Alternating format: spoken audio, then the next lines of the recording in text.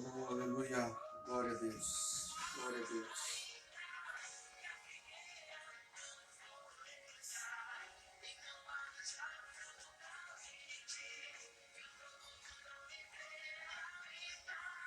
Todavia me alegra.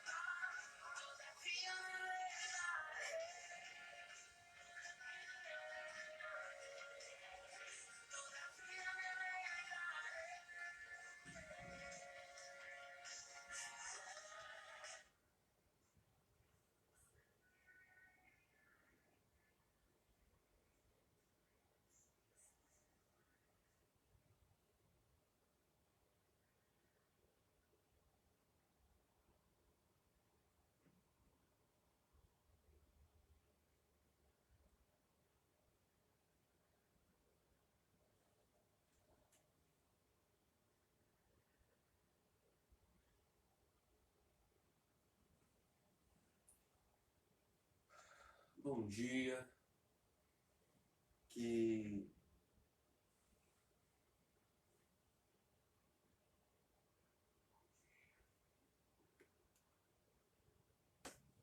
a paz de nosso Senhor Jesus Cristo esteja sobre a sua vida nesta manhã, neste domingo, que a presença do Senhor, do eterno e bom Deus, venha ministrar no meu coração e no seu coração nesta manhã.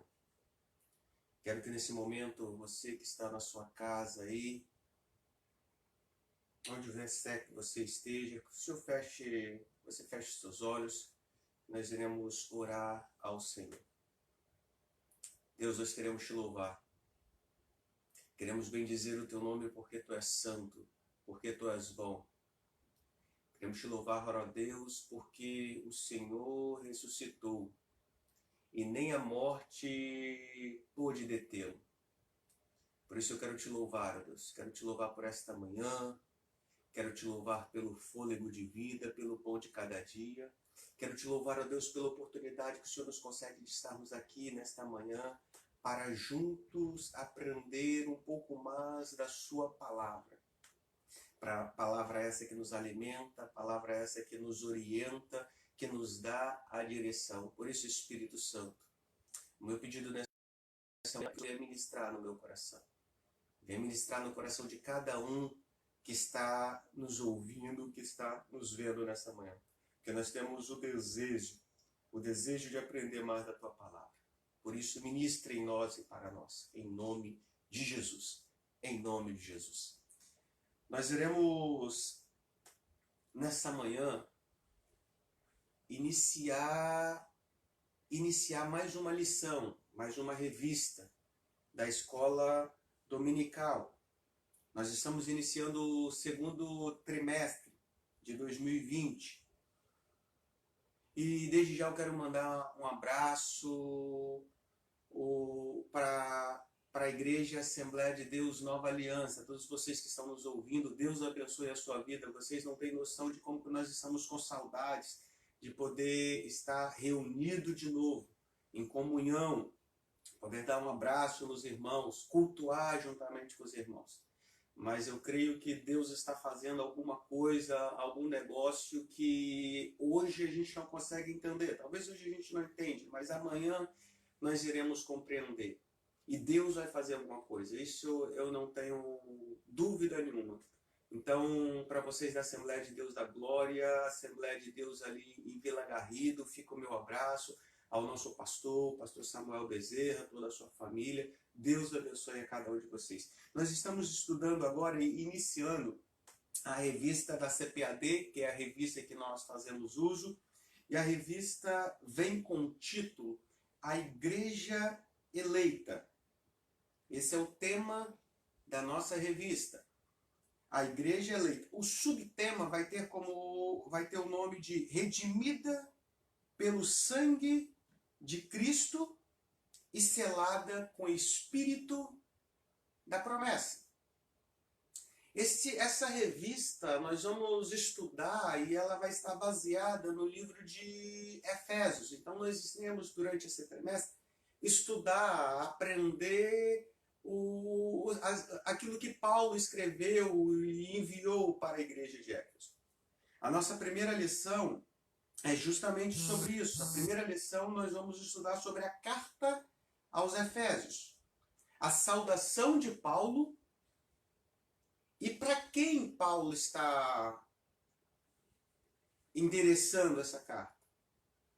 Nós vamos estudar sobre a autoria dessa carta, quem foi o autor, quando foi escrito essa data, qual é a mensagem, qual o propósito desta carta. Nós iremos estudar isso nesta manhã e no decorrer desse trimestre nós vamos estudar tudo daquilo que Paulo está escrevendo sobre essa carta. Mas antes de entrarmos no texto áureo, eu queria ler um pouco e entender aquilo que é o tema central da revista.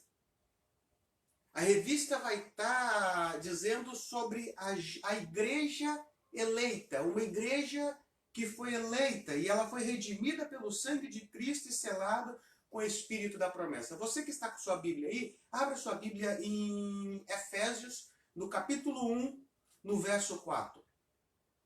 Efésios, capítulo 1, verso 4.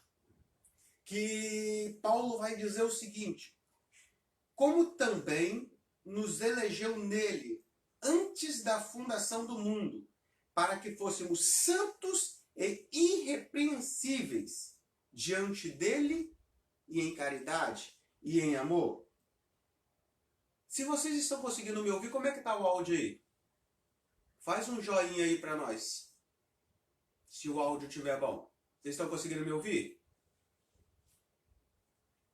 Amém? Amém. Glória a Deus. Então Paulo ele vai iniciar e vai dizer que também Cristo, Deus, ele nos elegeu nele antes da fundação do mundo.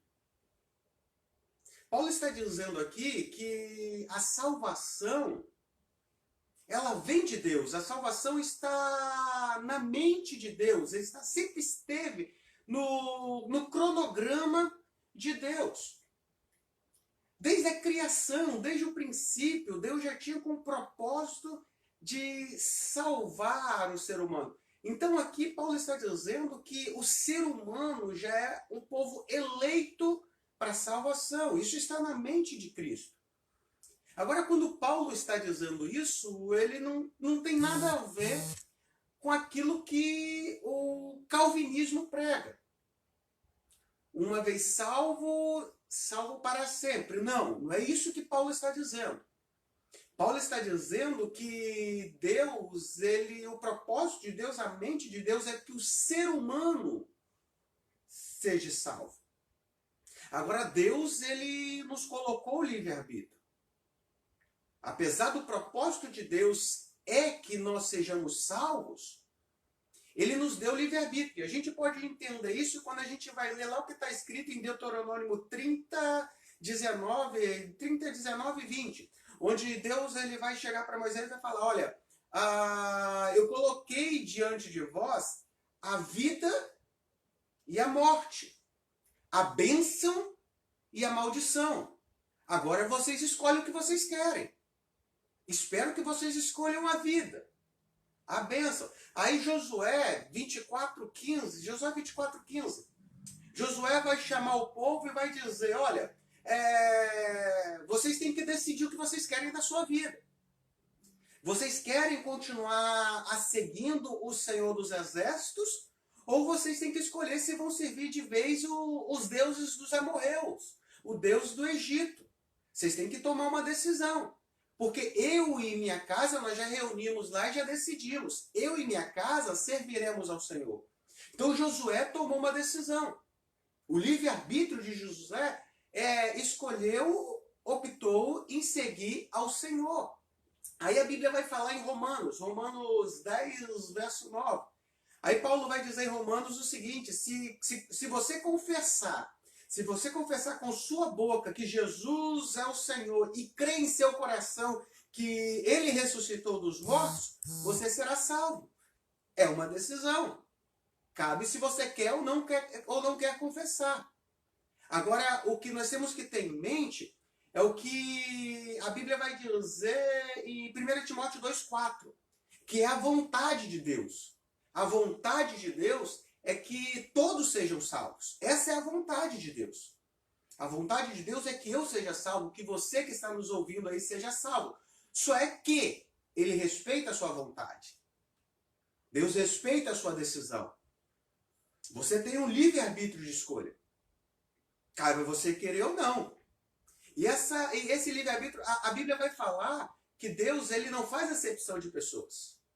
Atos 10, verso 34 vai dizer isso. Paulo vai dizer isso em Atos. Ele não faz acepção de pessoas. Aí a Bíblia vai falar em 2 Crônicas 7,14. Se, condicional, se você quiser, se o meu povo que se chama pelo meu nome se humilhar e orar, me face buscar, de teus caminhos maus se desviarem, ele ouvirá do céu, perdoará os seus pecados e sarará a tua terra. É uma decisão. Agora nós temos que entender também o seguinte. A nossa decisão tem uma consequência. Foi o que eu falei aqui em Deuteronômio 30. Se você escolher a vida, vai ter uma consequência. Se você escolher a morte, é uma outra consequência. Se você escolher a bênção, fique tranquilo. Deus vai fazer algo na sua vida. Agora, se você não escolher, é uma decisão sua. Então, quando Paulo vai dizer igreja eleita, não tem nada a ver com predestinação. Uma vez salvo, salva para sempre. Ele está dizendo que a igreja, o ser humano, Deus escolheu o ser humano para ser salvo. Amém? Vamos lá então ao nossa lição número 1.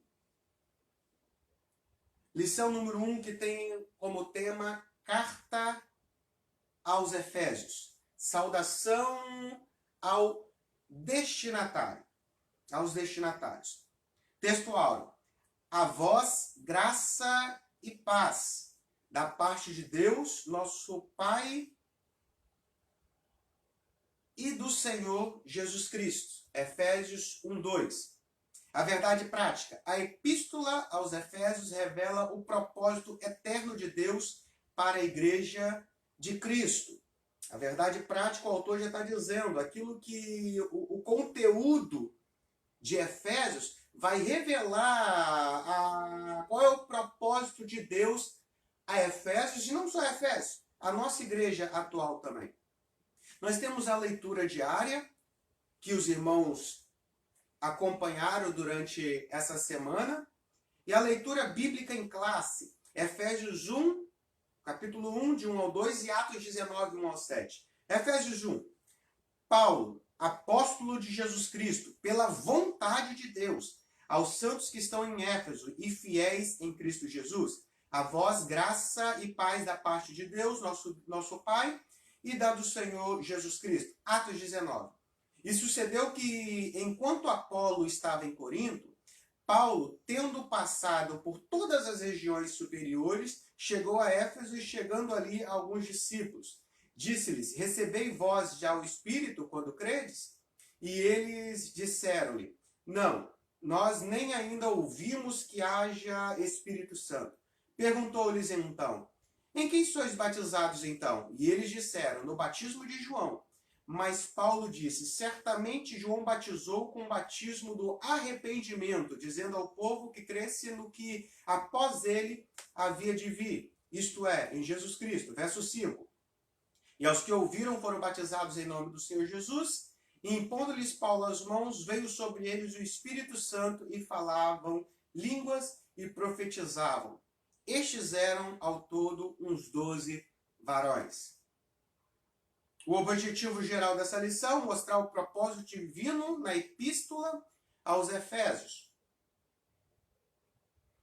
Vamos lá. Introdução dessa revista. Nós percebemos que quando nós lemos Efésios 1, 2, ali Paulo está fazendo a sua saudação e dizendo para onde a sua carta está sendo direcionada.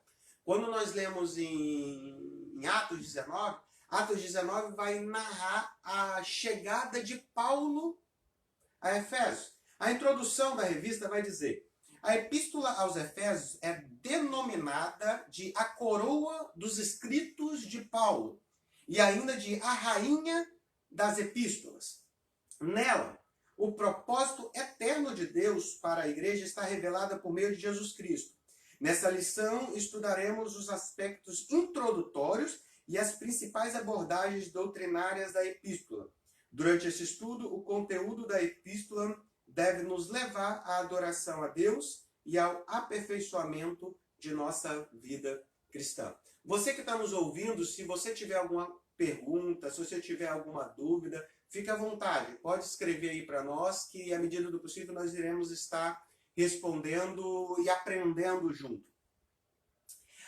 Essa introdução vai dizer o que nós vamos estudar nessa lição, os aspectos introdutórios, as principais abordagens, mas o autor dessa lição ele vai fazer uma menção de um nome que eu acho muito interessante para que nós pensamos nessa manhã. Ele vai dizer que a epístola aos Efésios é denominada a coroa dos escritos de Paulo, ou a rainha da epístola. O que Paulo está querendo dizer com isso? O que o autor da revista está querendo dizer com isso? O que ele quer dizer quando escreve que essa epístola de Efésios ela é a coroa dos escritos de Paulo, ou a rainha da epístola? O autor está querendo dizer que esse livro de Efésios é uma das principais epístolas. Porque nela, o conteúdo dessa revista, ele vai revelar o propósito de Deus. Essa revista, essa carta, ela vai revelar Cristo em todos os capítulos.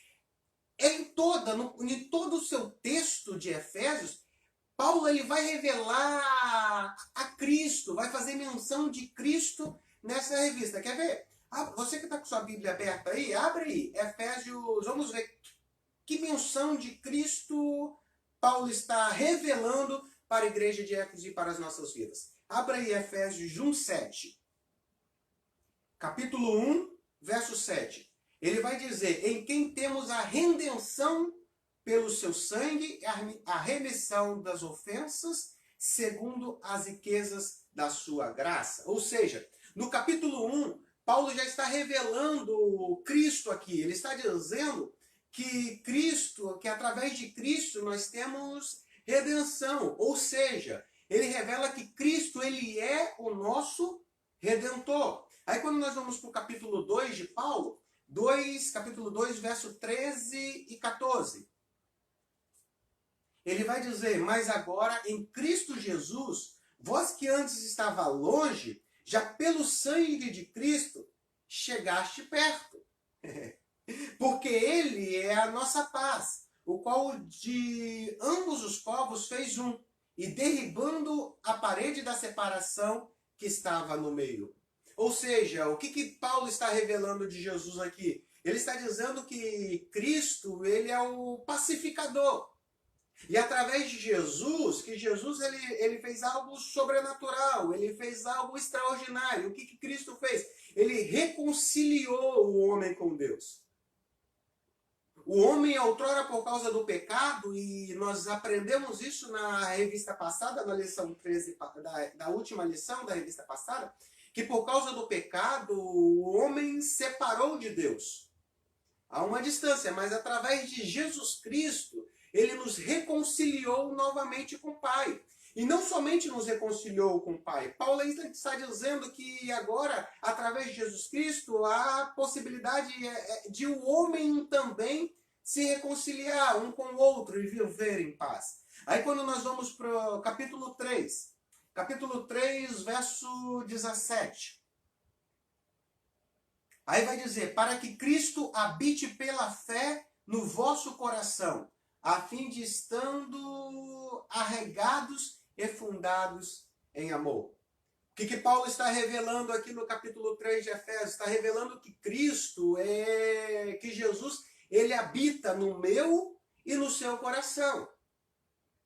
Ele habita no coração dos homens que se converteram a Cristo, se entregou a Cristo. Paulo está dizendo ali para a igreja de Éfeso, para os irmãos de Efésios ali, que olha, se vocês se converteram a Cristo, fique tranquilo, porque a partir desse momento, Cristo, ele habita no teu coração, ele mora no teu coração. Até um chavão, algo que a igreja costuma dizer, que Deus ele visita o teu coração, Deus visita a tua casa, Deus visita a sua vida. Mas ei, quando nós analisamos e vamos perceber que quando uma pessoa vai visitar a sua casa, o que ele faz? Ele vem, fica um período e depois vai embora. E Jesus não faz isso no teu coração. Ele não visita o teu coração, ele não fica um pequeno período, um curto prazo de tempo e vai embora. Não. Paulo está dizendo que ele mora, ele habita, ele faz a habitação no teu coração. Então fique tranquilo, meu irmão. Eu sei que a situação dessa crise pode estar abalando muitas pessoas. Mas a palavra de Deus para o teu coração é que fique tranquilo, porque Deus está contigo. O Espírito Santo habita em ti. Jesus, ele mora no teu coração, ele sonda o teu coração, ele conhece o teu pensar, o teu falar, antes mesmo que em ti palavras, ele já sabe, ele conhece a tua necessidade. A palavra de Deus vai dizer que 1000 cairão ao teu lado, 10.000 à tua direita, mas tu não serás atingido porque Deus está contigo, ele te protege e ele te guarda. Aí quando nós vamos para o capítulo 4 de Efésios, capítulo 4, verso 10 ao 12. Verso 10, ele vai dizer, aquele que desceu e também o mesmo que subiu acima de todos os céus para cumprir todas as coisas. E ele mesmo deu uns para apóstolos, e outros para profetas, e outros para evangelistas, e outros para pastores e doutores. Aqui Paulo está revelando mais uma característica, mais um propósito de Jesus para a igreja de Éfeso e para as nossas vidas. Ele está dizendo que Jesus, ele é vencedor. Ele foi foi até o inferno. Ele tomou cativo o cativeiro, ou seja, Jesus é aquele que liberta, é aquele que dá a liberdade. E entregou dons, ele é aquele que, o doador dos dons. E não somente dos dons espirituais, mas também dos dons do ministério. Ele entrega o ministério, é Deus que dá o ministério à igreja. Aí ele vai dizer, ele deu um para apóstolo, para profetas, para evangelista, para pastores e para mestres. Ei, é Deus que dá. É Deus que dá. Não é homem que dá. A Bíblia vai falar e Paulo vai dizer que é Deus, é Jesus que entrega esses dons. Amém? Vamos lá então dar seguimento. A autoria e data. Autoria e data. Tópico 1.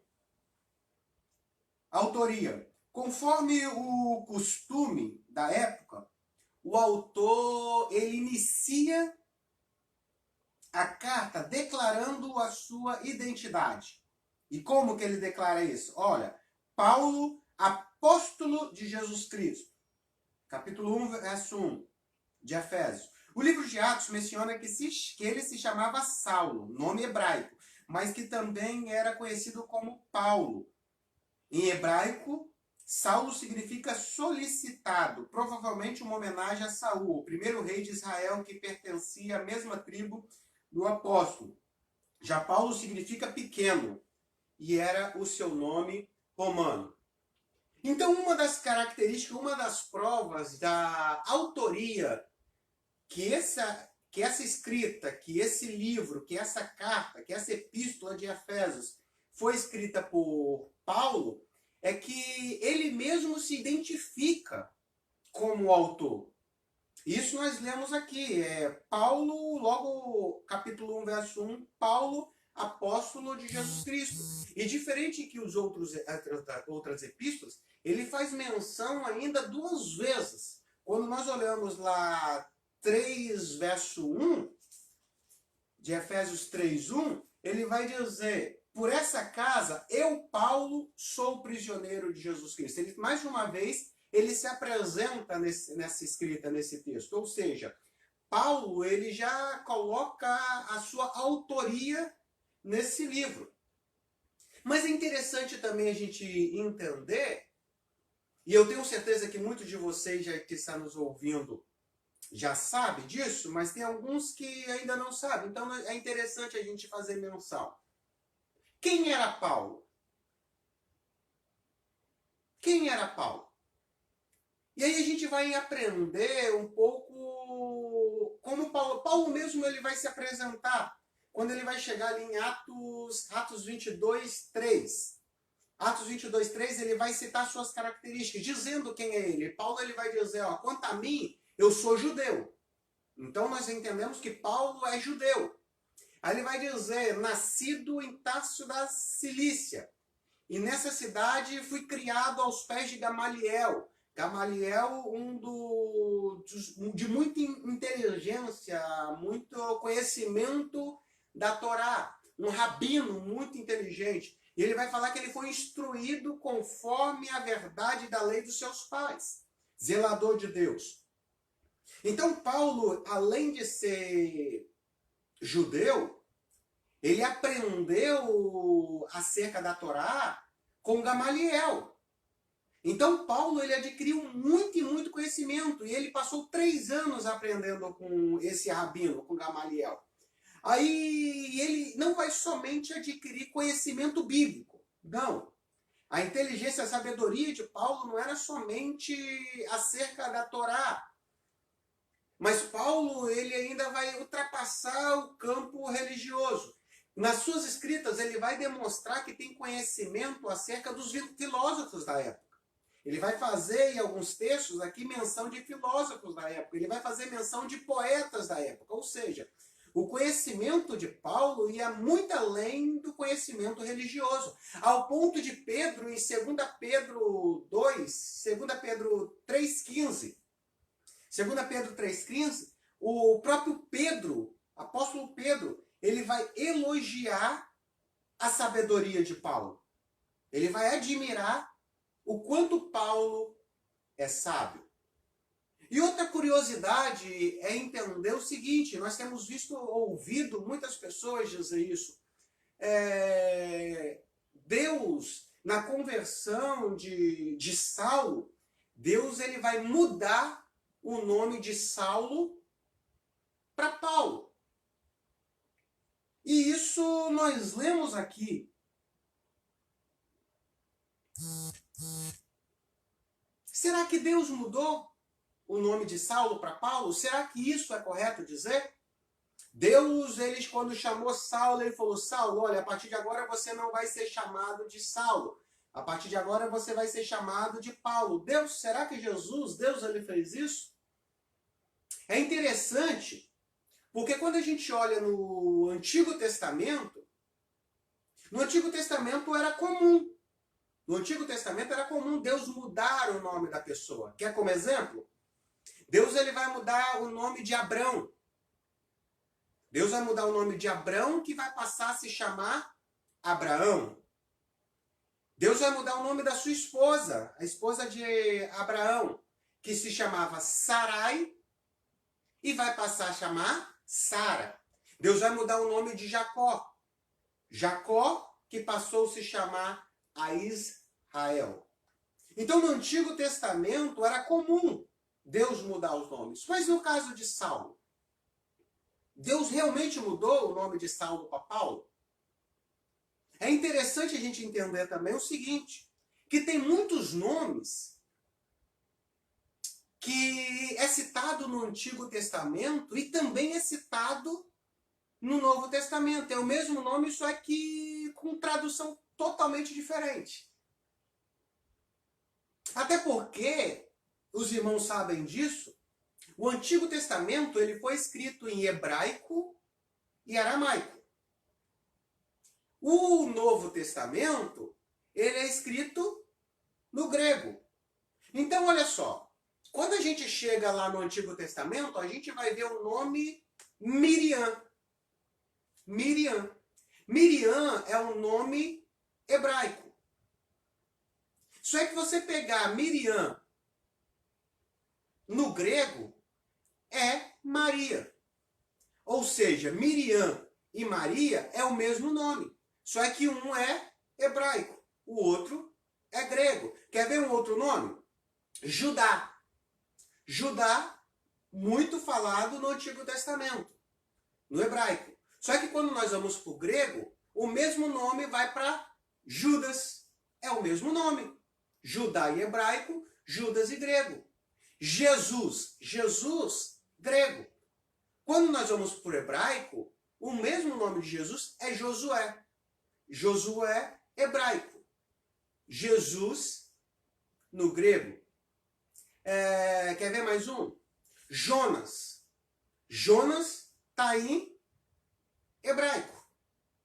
Quando vai para o grego, é João. O mesmo nome. Jonas, hebraico, João e grego. Por quê? Porque um é hebraico e o outro é grego. E Paulo? E Saulo? Deus mudou o nome então?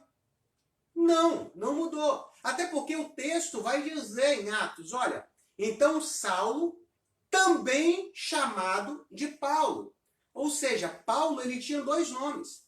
O primeiro nome era Saulo. Por quê? Porque Saulo vem da sua nacionalidade, ele era judeu. Como judeu, ele se chamava Saulo. E nós lemos na lição aqui que Saulo, ele veio, os pais homenagearam o primeiro rei de Israel, Saul.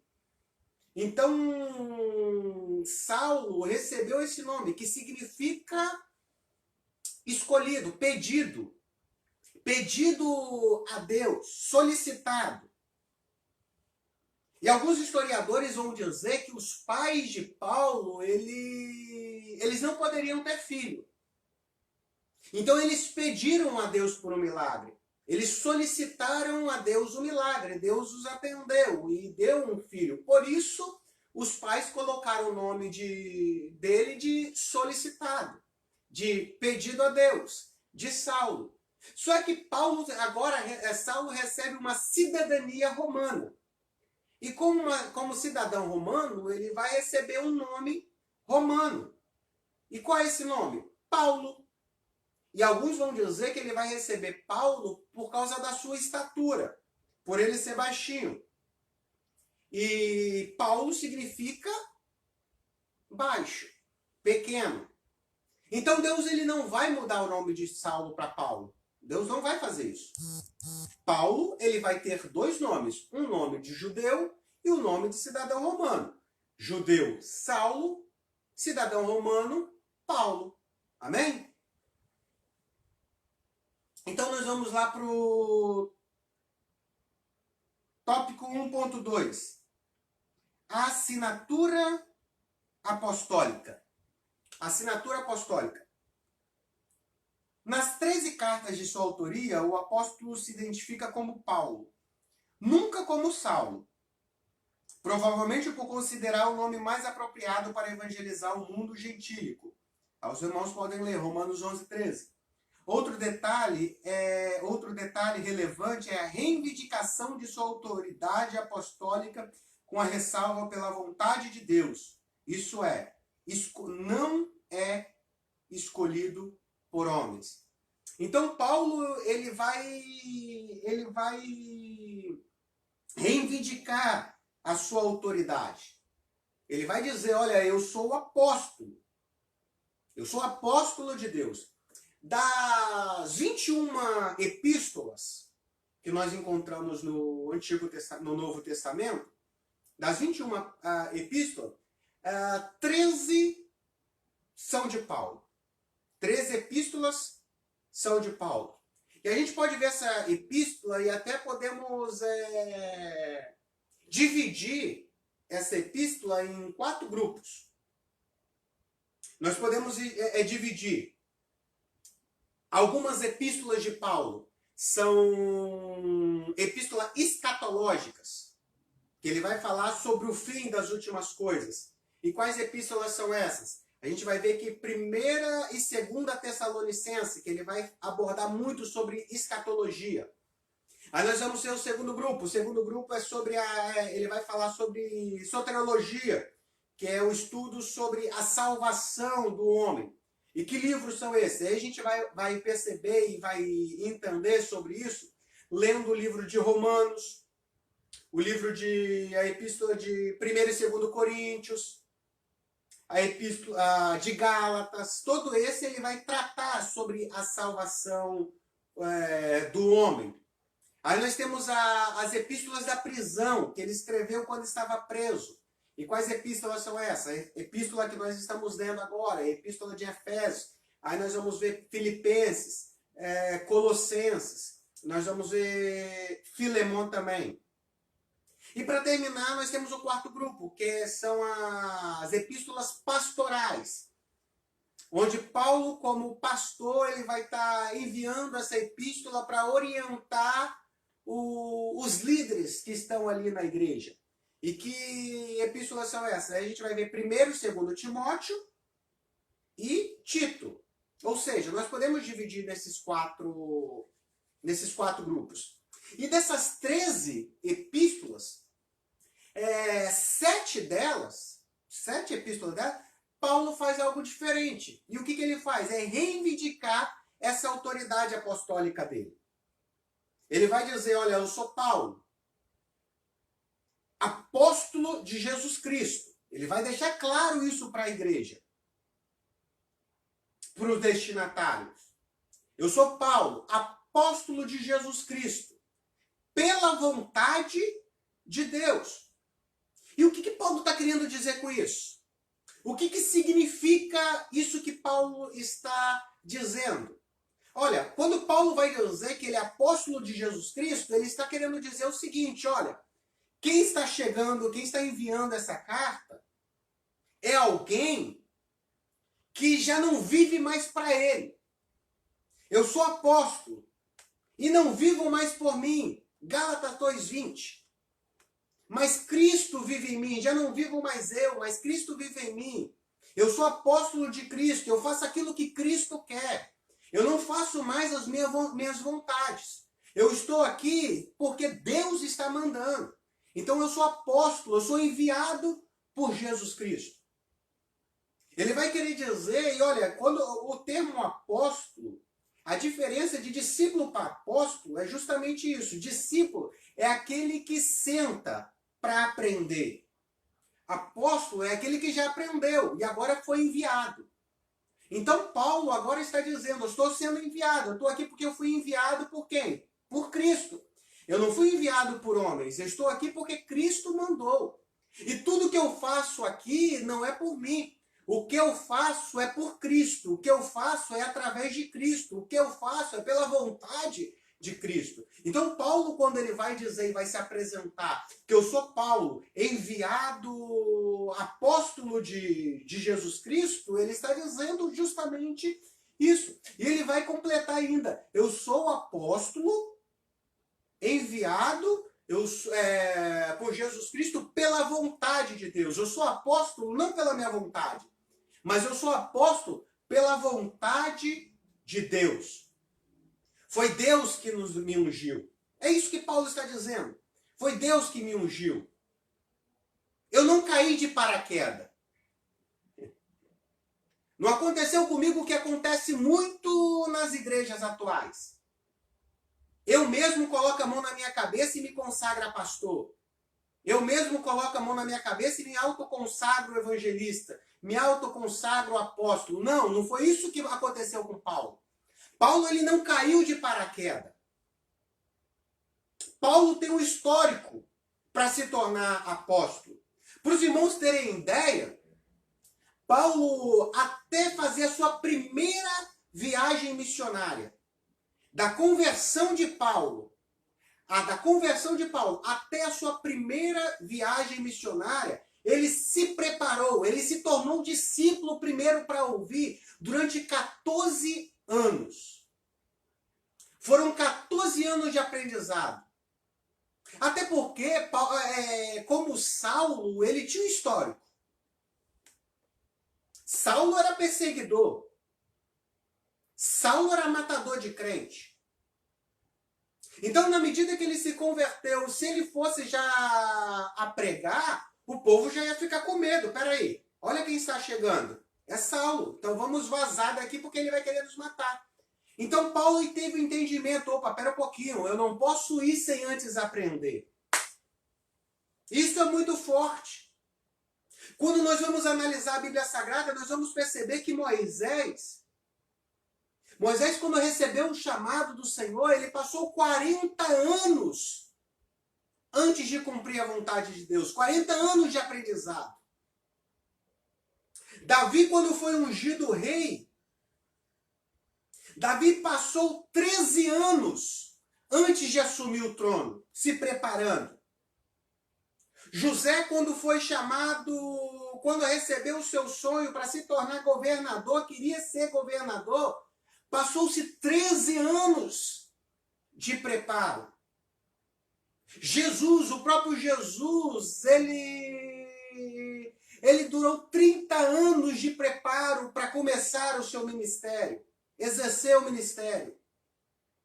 E tem muita gente que se converte hoje porque tem nome e acha que já está apto a pregar. A gente vê isso, uma pessoa que sempre cantou músicas mundanas. Aí participa de um culto no domingo. Se converte no domingo. E na segunda-feira já estão indo em igrejas para pregar, para ministrar, para cantar. Ei, não é assim. Nós precisamos de uma base, temos que ter um começo. Precisamos nos preparar antes de ministrar. Olha que interessante, Gênesis 1:1 vai dizer que no princípio, no começo, criou Deus os céus e a terra. O próprio Deus, ele começou pelo começo. O próprio Deus, ele não foi lá na frente. Ele não fez o sol e a lua. Ele primeiro não fez as estrelas. Ele primeiro não fez a luz. Sem primeiro ter a terra. Não. Ele no princípio, no começo, ele criou os céus e a terra. O próprio Deus, ele começou pelo começo. E tem muita gente que já começa hoje e já quer estar lá na frente. Não, calma lá. Precisamos nos preparar. Amém? E Paulo, ele se preparou. Paulo, ele não caiu de paraquedas. Paulo teve um preparo. Vamos adiantar um pouco, que as horas já estão passando. A data. De acordo com Atos, após realizar 3 viagens missionárias e implantar igrejas na região do Mediterrâneo, Paulo esteve em prisão domiciliar por cerca de 2 anos, entre anos 60 e 62 depois de Cristo aproximadamente. A partir dessa premissa,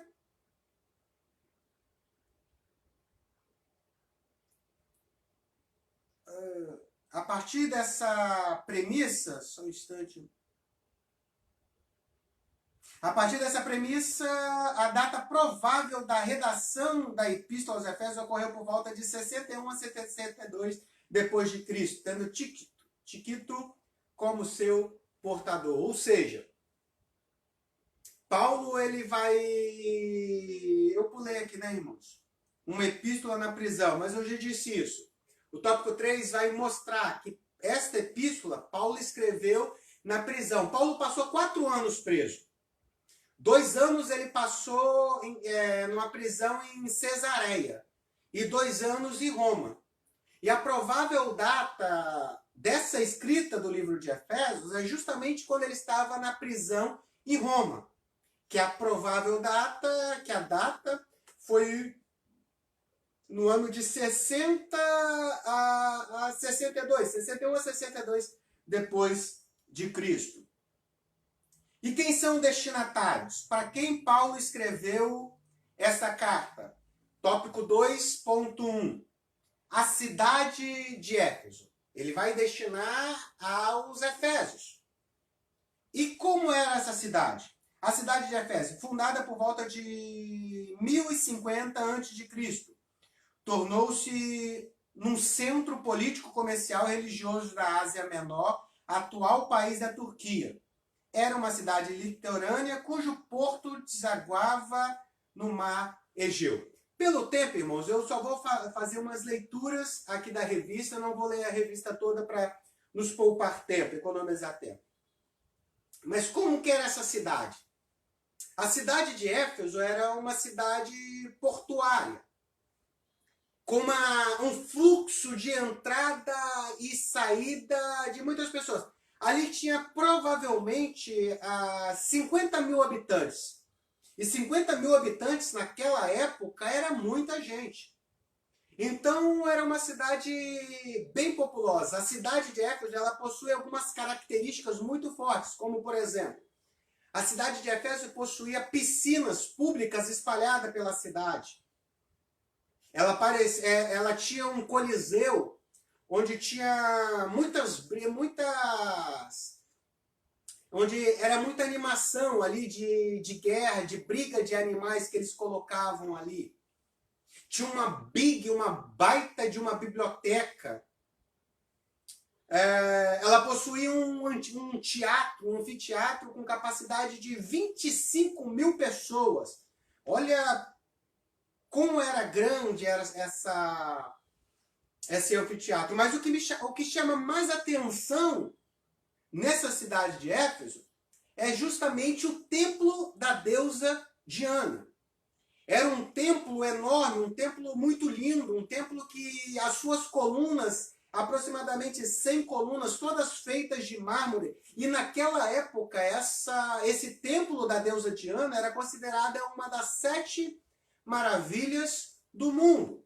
Aí quando a gente vai ver o tópico 2.2, vai falar sobre a religiosidade em Éfeso. A cidade ela era dominada justamente pela idolatria à deusa Diana. O comércio, todo o comércio era acerca de objetos em homenagem à deusa Diana.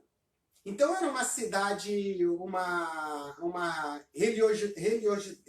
religiosidade, quase não sai, muito forte acerca da deusa Diana.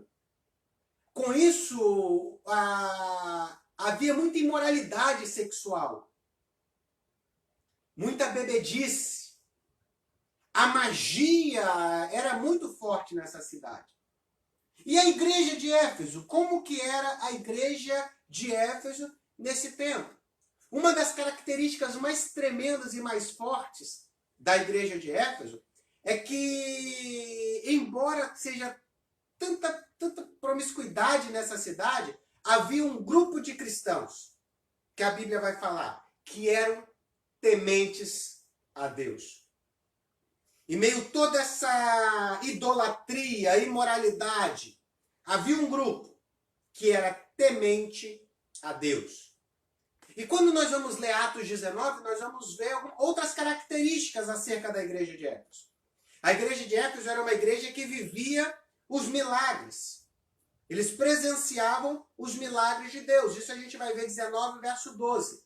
Onde vai dizer que eles pegavam o lenço ou avental de Paulo e levavam e colocavam sobre os enfermos e eles eram curados. A Bíblia vai falar e vai mencionar algo muito curioso e cômico se não fosse triste, que é verso 16, 14 a 16, que vai falar sobre os 7 filhos de Seba, o sacerdote daquele tempo, onde eles viram Paulo operando milagres e se sentiu o direito de também fazer. E eles vão até um endemoniado e vão tentar expulsar o demônio dessa pessoa. Aí eles vão olhar para os filhos de Seba, aqueles 7 filhos, e vai falar, peraí um pouquinho, o Deus de Paulo eu conheço, mas o de vocês? Peraí, tem algo... E aquele endemoniado vai pular em cima desses 7 filhos de Sebas e vai dar uma surra nesses 7 filhos, ao ponto deles fugirem nus, pelados e sangrando pela cidade. Ei, não brinque com coisas de Deus. As coisas de Deus são coisas sérias.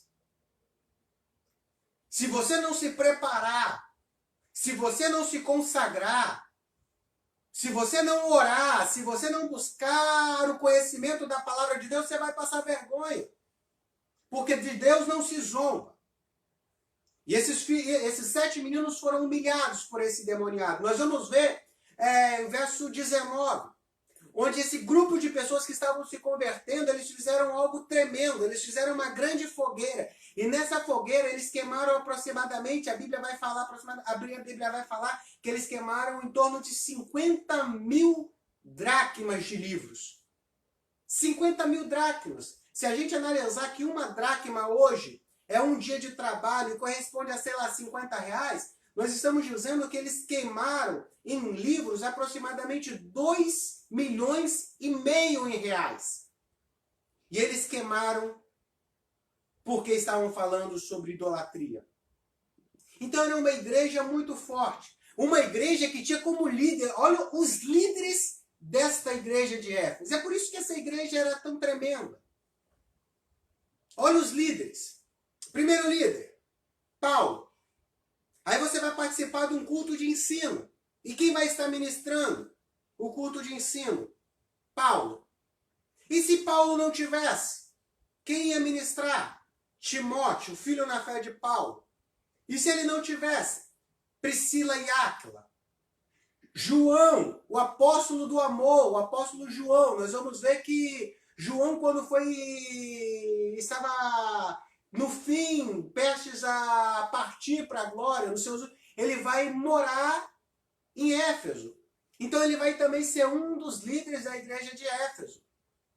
E João, ele não vai sozinho. Lembra daquilo que Jesus pediu para João quando estava lá na cruz? Ele vai chegar, João, olha essa mulher, ela agora é sua mãe, cuide dela. Ou seja, João quando vai para Éfeso, ele não vai sozinho, ele vai levar alguém. E quem que ele vai levar? Maria, a mãe de Jesus.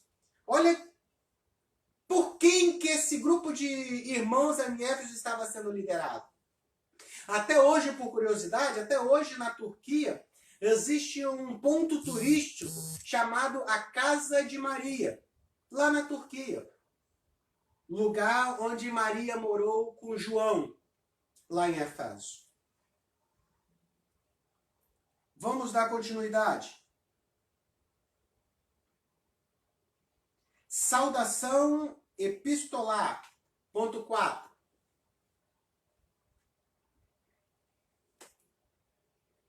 Que saudação epistolar é essa? 1, Paulo vai dizer o seguinte, verso 2. A vós, graça e paz. Paulo ele vai chegar e vai saudar a igreja. Ele vai dizer, irmãos, graça e paz. Era comum, olha que interessante, era comum para os judeus, ao cumprimentar, se cumprimentar como? A paz, shalom. E o outro respondia, shalom, shalom, paz seja convosco, a paz seja convosco. Aí Paulo agora vai chegar e vai cumprimentar esse shalom, essa paz. Ele vai chegar e vai falar, opa, paz e graça. E o que Paulo está querendo dizer com isso? Paulo ele vai cumprimentar, vai dizer o seguinte, olha, não basta a paz. Agora nós temos a graça, porque a paz sem a graça de Deus não é nada. Nós precisamos ter a graça de Deus para que nós possamos ter paz. E o que é graça? É o favor imerecido. Eu não mereço. Eu não mereço. Mas mesmo assim, Deus ele me concede. Devido ao meu pecado, devido às minhas posturas, devido às nossas decisões, devido aos nossos erros, nós não somos dignos de receber a paz.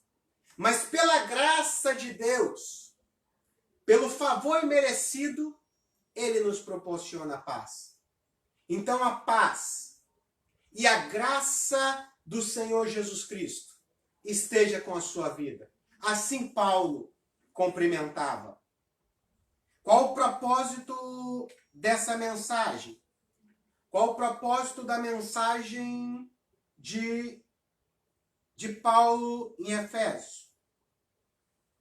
Paulo ele vai citar a igreja de Efésios, a igreja de Efésios, na realidade, ele estava recebendo novos cristãos. As pessoas estavam se convertendo. As pessoas estavam largando a adoração a Diana. Estavam aceitando a Jesus Cristo. E eles estavam totalmente ainda, eles estavam vindo, na realidade, antes da conversão, de muito envolvimento à idolatria, à imoralidade sexual, às magias, às bebedeiras. E agora Paulo ele vai direcionar essa carta com esse propósito.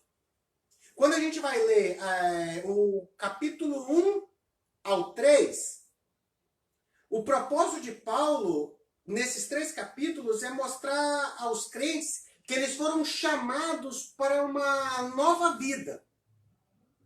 Foram chamados por uma nova vida de pureza, de separação do mundo. Agora eles têm que se separar dessa imoralidade, se separar da bebedice, dessa magia. Então Paulo vai direcionar esses 3 primeiros capítulos com esse propósito. Aí depois no capítulo 4 ao 5, o propósito de Paulo é para tratar com ele sobre os seus relacionamentos. O seu modo de viver em relação aos seus relacionamentos familiares e seu relacionamento vocacional. Que agora eles são separados. Eles agora vão fazer alguma coisa. Eles agora vão ter que aprender para poder ensinar ao restante e ganhar vidas para Jesus. E no capítulo 6 nós vamos ver ele com o propósito de mostrar ao povo sobre as ciladas que Satanás, que o diabo vai lançar. Mas nós temos que continuar firmes, constantes, vestindo a armadura de Deus e nos protegendo. E a mensagem final que Paulo vai abordar no tópico 3, verso 2, a mensagem de Efésios gira em torno de 2 temáticas. Jesus Cristo a cabeça e a igreja o corpo. Cristo ele é a cabeça. Cristo é a cabeça. A igreja, nós, somos o corpo. E o corpo, ele vai funcionar através do uso dos dons dos seus membros. E esses dons que os membros que estão ligados à cabeça, que a igreja vai receber, é através do Espírito Santo. Então, se a igreja que é o corpo e possui esses dons, nós como igreja nós temos que fazer algo em prol da cabeça de Cristo. Que é o quê? A obra de Cristo. Você está entendendo? Esse corpo ele vai ter pés. E os pés para correrem atrás daqueles que se desviaram do caminho do Senhor. Possui uma boca para falar sobre o poder e o amor de Deus.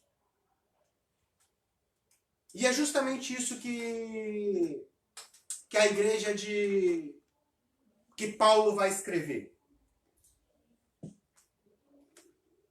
Eu espero que você tenha sido abençoado através dessa lição. Domingo que vem nós iremos dar continuidade com o nosso pastor, com a lição número 2, a sublimidade das bênçãos espirituais em Cristo Jesus. Eu não sei ainda como que vai ser essa lição, se nós vamos estar fazendo essa lição online, como foi hoje, ou se nós já estaremos dentro da igreja. Mas eu quero te convidar, se a igreja estiver aberta, vá nos visitar. Você que está nos ouvindo, que não faz parte da ADNA, vá nos visitar para aprendermos um pouco mais juntos da palavra de Deus. Nós estamos ali na Glória, em Vila Garrido. Feche os teus olhos. Deus, nós queremos te louvar nesse momento. Queremos te agradecer pela tua palavra que o Senhor nos ensinou nessa manhã. Que nós possamos guardar a tua palavra no nosso coração para não pecar contra ti. Eu quero pedir uma bênção especial na vida de cada um que nos acompanhou, cada um que vai ver essa lição, vai aprender acerca da igreja de Efésios, daquilo que o Senhor usou Paulo para escrever. Dê-nos um domingo abençoado, um culto abençoado. Aqueles que estão indo na igreja, abençoe os cultos na igreja. Aqueles que estão fazendo culto no lar, abençoe. Deus se manifesta. Eu quero aproveitar e orar também pela nossa nação. Deus, sara a nossa nação. Limpa a nossa nação desse vírus. Faça o milagre. Nós sabemos que tudo está nas tuas mãos, tudo está no teu controle. E cremos que o Senhor tem poder para mudar essa situação. Em nome de Jesus. Amém. Deus abençoe a sua vida em nome de Jesus.